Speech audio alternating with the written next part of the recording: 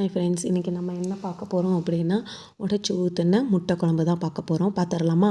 ஒரு கடாயில் நல்லா எண்ணெயை ஊற்றிட்டு எண்ணெய் சூடானோடனே அதில் வந்து கடுகு, சோம்பு, ஒரு சின்ன பச்சை மிளகா, கருவேப்பிலை, ஒரு கை பொடியாக நறுக்கின பெரிய வெங்காயம் நல்லா போட்டு வதக்கிட்டு தேவையான அளவு உப்பையும் போட்டுக்கோங்க.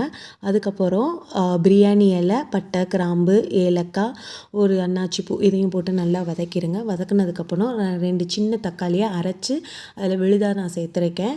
அதுவும் நல்லா வதங்கின உடனே எண்ணெய் பிரிஞ்சு வந்த டயத்தில் பார்த்திங்கன்னா 1/4 ஸ்பூன் வந்து மஞ்சள் பொடி, 1 ஸ்பூன் மல்லிப்பொடி, 1 ஸ்பூன் மிளகாய் பொடி, அதுக்கப்புறம் பார்த்திங்கன்னா கறி மசால் பொடி, அதாவது சிக்கன் மசாலா பொடி அதையும் சேர்த்து ஆட் பண்ணிவிட்டு நல்லா வதக்கிக்கோங்க. நல்லா வதக்கின உடனே உங்களுக்கு தேவையான அளவு தண்ணியை நல்லா ஊற்றிக்கோங்க.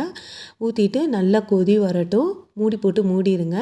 நல்லா ஒரு கொதி வந்த டயத்தில் பார்த்திங்கன்னா நான் வந்து தேங்காய், முந்திரி பருப்பு, கசகசா இதை 3ஐயும் சேர்த்து அரைச்சி அதில் ஊற்றிருக்கேன். தேவையான அளவு தண்ணியை ஊற்றிக்கோங்க. தண்ணியை ஊற்றினோடனே மூடி போட்டு மூடிடுங்க. நல்லா கொதி வரட்டும். அந்த பச்சை வாடையெல்லாம் போனதுக்கப்புறம் அடுப்பை நல்லா சிமில் பண்ணிவிட்டு உங்களுக்கு எத்தனை முட்டை தேவையோ அத்தனை முட்டையை உடச்சி அதில் ஊற்றிடணும். ஒரு தடவை ஊற்றிட்டிங்கன்னா கரண்டி போடாதீங்க, அதை அப்படியே போட்டு மூடி வச்சுருங்க. மூடி வச்சுட்டு ஒரு 5லேருந்து 7 நிமிஷம் வரைக்கும் வெயிட் பண்ணி திறந்து பார்த்திங்கன்னா கம கமன்னு நல்லா வாடை வருங்க. அப்போ